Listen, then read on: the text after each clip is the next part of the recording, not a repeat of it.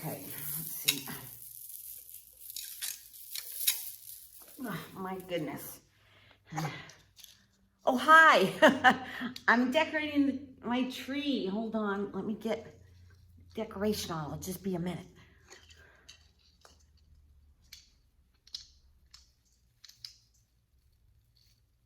There we go.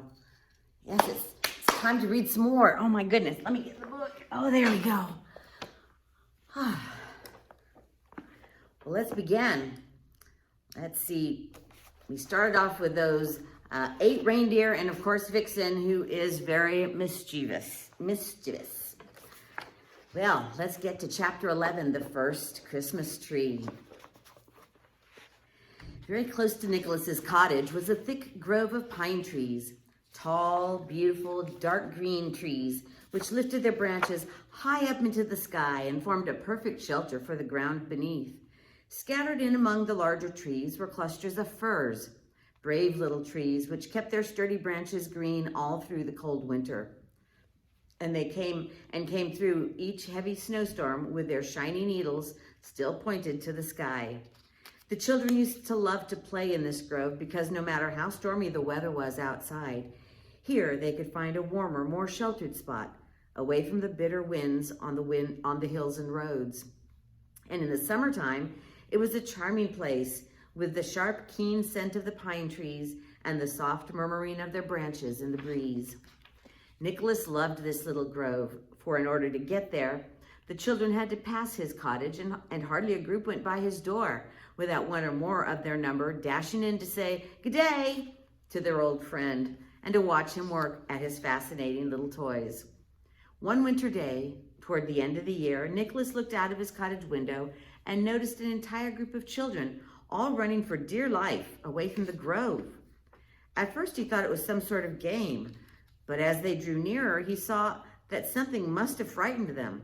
A few of the smaller ones were crying loudly, and the larger boys and girls were dragging them along, not one pausing for breath until they reached the woodcarver's cottage, where they all flocked in and stood for a moment, panting for breath. Nicholas picked up one of the babies and tried to soothe him. "Why, what's all this about? All you big boys looking so frightened. Did you see a boogeyman in the woods?" The larger children began to look a little ashamed of themselves. Then they all began explaining why they had run so fast. "We were playing robbers in the pine grove, and it was Nicky's turn to take his side hiding so that they could spring out at us. We were the travelers who were going to be robbed, you see," the speaker explained to Nicholas, who nodded his head understandingly.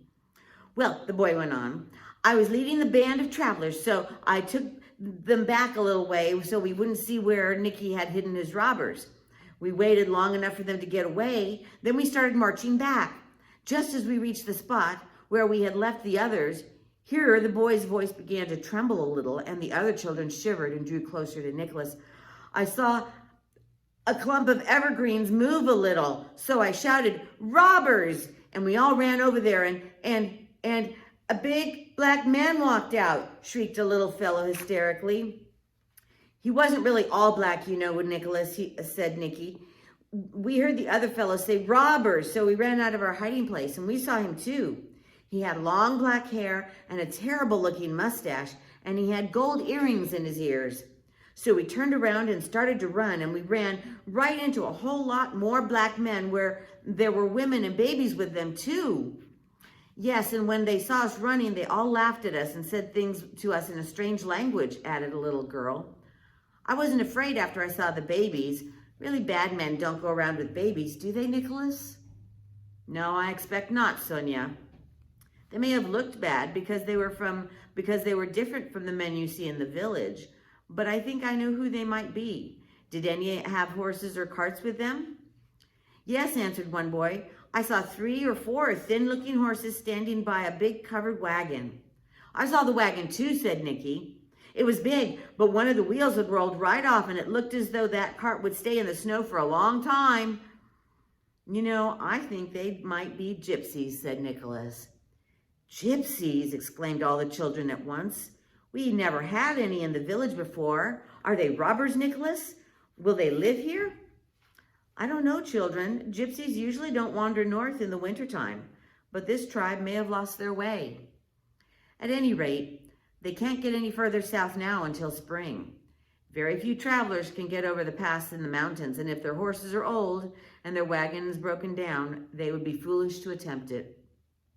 But where will they live, Nicholas? Asked gentle little Sonia in a worried voice. Those poor little babies and their mothers can't stay out in the cold all winter, can they? There aren't any houses in the village where they can stay. Nicholas shook his head. That's true, my dear, but I guess gypsies are used to all sorts of weather. Why, I bet those babies would cry if they woke up at night and saw a roof over their heads instead of the stars. I'd like to live out in the open all the time like that, said one of the little boys who had been the most frightened. Oh, how can they hang up their stockings if they have no doors? This question drew forth an eager stream of still more questions. Yes, Nicholas, you couldn't visit those children, could you? They haven't even a chimney like the old miser's grandchild. But they'd like toys too, wouldn't they? They're like other children, aren't they, Nicholas? Yes, those little gypsies out there in the pine grove are real children just like you, even if their curls are black and yours are yellow. And Nicholas tweaked the locks of the nearest flaxen-haired child, and then Vixen poked his head through the window to see if he was missing anything. So the children forgot the bad scare they had received and started to play robbers with the naughty little reindeer, who was a splendid playmate because he was always willing to be the one to do the chasing. It was a band of gypsies the children had seen, and just as Nicholas had supposed, they had been caught in an unexpected early winter storm, which closed all the roads and prevented them from reaching the warmer Southlands. A few of the men talked the language of the village and tried to explain their troubles to the sympathetic townsfolk, who generously gave them as much food as they could spare. So the gypsies were not in any danger of starving to death, but there was no chance of anyone having shelter to offer them.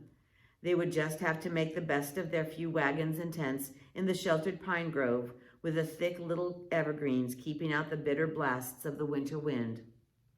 Once the children of the village had recovered from their first fright, they soon made friends with the little black-haired gypsies, and there were many gay times in the camp.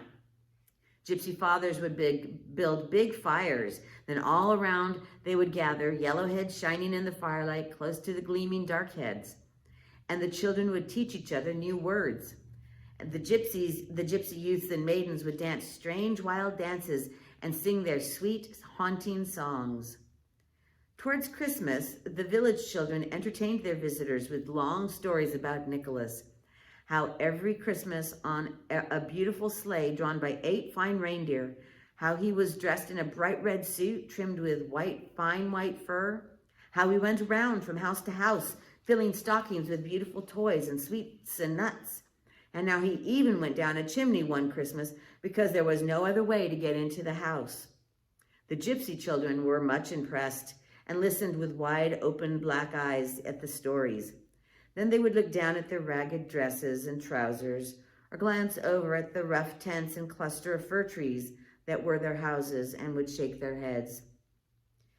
He couldn't visit us, they said. We have no doors and no chimneys, and we never wear stockings. Little Sonia, who wanted everybody to be happy, reported some of these things to Nicholas and came away from his cottage with a contented mind, for she knew that the wise smile on his lips meant that he had a plan in his kind old head. Christmas Eve finally arrived, and this year, after he had finished going to each house in the village, Nicholas, to the astonishment of his reindeer, drove them right past the cottage and out into the forest. He stopped at the edge of the pine grove, where he was met by a dark figure. It was Grinka, the leader of the gypsy band. Nicholas handed the man some white objects. Here are the candles, Grinka. Remember what I said you're to do? The man nodded. Good. You do your part and I'll follow along with these. These things consisted of Nicholas's sack, which he carried along with him as he followed Grinka. The gypsy paused at every little fir tree in the grove, deftly twisting a piece of cord around the base of each candle and so tying it to a branch.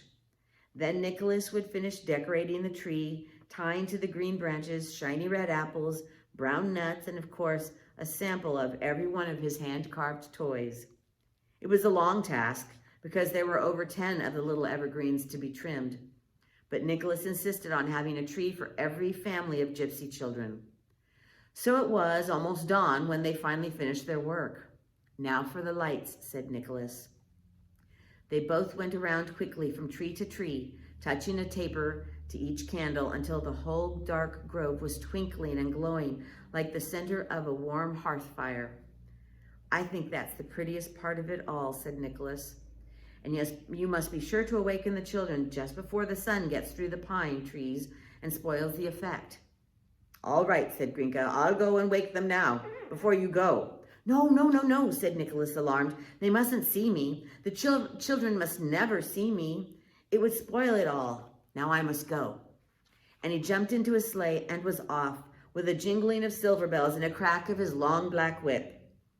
A few moments after his departure, Grinka had aroused all of the children in the camp, and Nicholas would have stayed just to see the joy on the thin little faces as they capered about the trees, each one discovering something new to exclaim about. "It's the lights on these lovely dark green trees. That's what makes it all so beautiful." No, it's the gifts," exclaimed another. "Just look at this pretty little doll I have." "It's the fruits and nuts," added one half-starved looking little boy who was stuffing his mouth with goodies. I think everything is beautiful because it's Christmas," decided one wise little boy. Yes, because it's Christmas," they all shouted, dancing around the trees. "And these are our Christmas trees." That's how the first Christmas tree came about. Now it began to be decorated with all the toys that Nicholas left for the boys and girls, the gypsy boys and girls. Do you have a Christmas tree? Some families don't.